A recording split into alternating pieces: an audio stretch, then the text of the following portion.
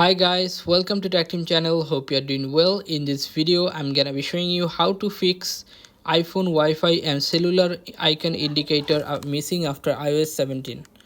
So firstly you have to go to your control center of your iPhone and you have to make this uh, aeroplane mode for 30 seconds.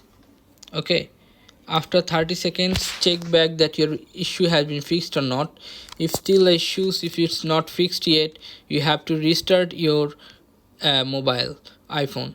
So after restart, if your problem has been not fixed yet, you have to eject your SIM card from your phone. After eject SIM card, you have to reinstall again and check that your problem has been fixed or not. If it's not fixed yet, you have to go to the last step. The last step is you have to go to settings and then go to general. Now you'll find here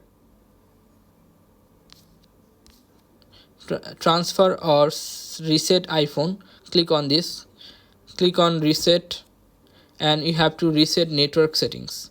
Click on reset network settings, and after that your issues will be fixed. Your Wi-Fi icon and cellular icon will be added here.